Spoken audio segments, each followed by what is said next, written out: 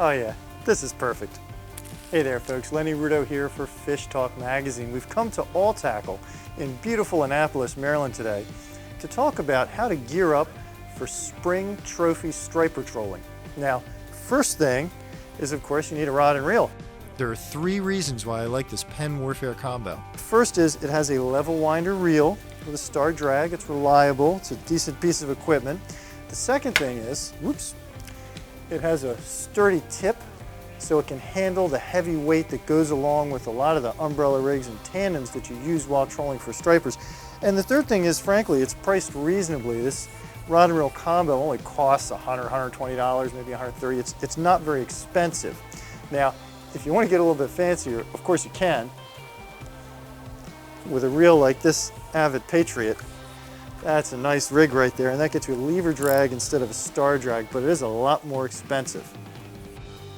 Now, whichever rod and reel you're going to choose, one recommendation, I would spool it with braid, like this Power Prober here, something in the 40 to 50 pound range. That's best for trolling for stripers because it cuts the water, it lets the lure get down deep, and when the fish strikes the lure, you get a better hook set. At the end of that main line, all you have to do is tie on a swivel clip, and then you can clip on any number of different trolling lures. Now, there are a few bread and butter striped bass trolling lures you've got to know about, especially for the spring trophy season. The first being an umbrella rig. Umbrella rigs are very popular. This here is one made by Bloody Point Baits. You can get them at AllTackle or at alltackle.com. As you can see, it has a 4-arm umbrella, 6-inch teasers up top, and a 9-inch teaser on the hook bait. This is a highly effective lure. You will not find a charter boat running on the Chesapeake Bay that is not pulling numerous umbrellas like that. Here's another standard issue bread and butter striper trolling rig. This is called a Tandem Rig. It consists of 2 parachute lures, which are just like this guy right here. Now, as he moves through the water, this tinsel gets pulled back and increases the profile of the bait. It looks really, really good moving through the water. Most of these tandems are tied with about a 15-foot leader on one and maybe an 8 or 10-foot leader on the second. The 2 run together. Now let's talk color. How are you going to know what color to pick? Well, it's really pretty easy, folks. Remember these 2 sayings: if it ain't chartreuse, it ain't no use. And if it ain't white, it ain't right.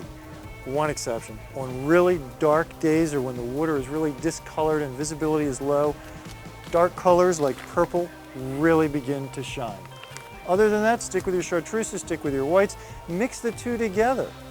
A white head with a chartreuse tail is a good move, and a chartreuse head with a white tail, likewise, is a good move. Give it a shot. Another imperative item for spring trophy trolling. This is your planer board.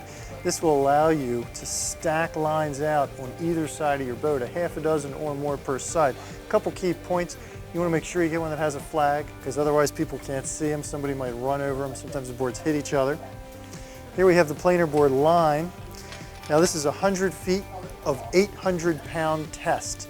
AllTackle will make it up however you want. They'll do it 150 feet if you want, or more or less. But the bottom line is it's a pretty standard rig right there. The clip goes on the eye over here. The other clip can either be put around, say, a bar on your T-top through a cleat, or can be wrapped onto a teaser reel or something similar to that. Once your lines are out, of course, you need some clips. This is sort of your standard issue clip. It's got the old shower curtain there. You can clip over the line, and then the tensioner that holds your fishing line. You send this right on down the line to the planer board to stack your lines, right? But, you know, these aren't the best in the world, and the reason is they don't slide incredibly well on the line, and on top of that, these shower curtain pieces, these rings, tend to corrode pretty quickly. A much better move is to get some carabiners to go along with your clip, and then take a short length of 50 or 60-pound monofilament, run it through the little hole on the end after you get rid of that shower curtain ring, and crimp on a carabiner just like this. That's really a much better rig. So what other gear do you need? Not much. A net to land the fish, a ruler to measure it is a good idea, make sure it's big enough to be a keeper, right? And if you get lucky enough to take home a keeper at the end of the day, well, you might also want to have a fillet knife on hand. Of course, We've only talked today about the gear used to set up for spring trophy striper trolling.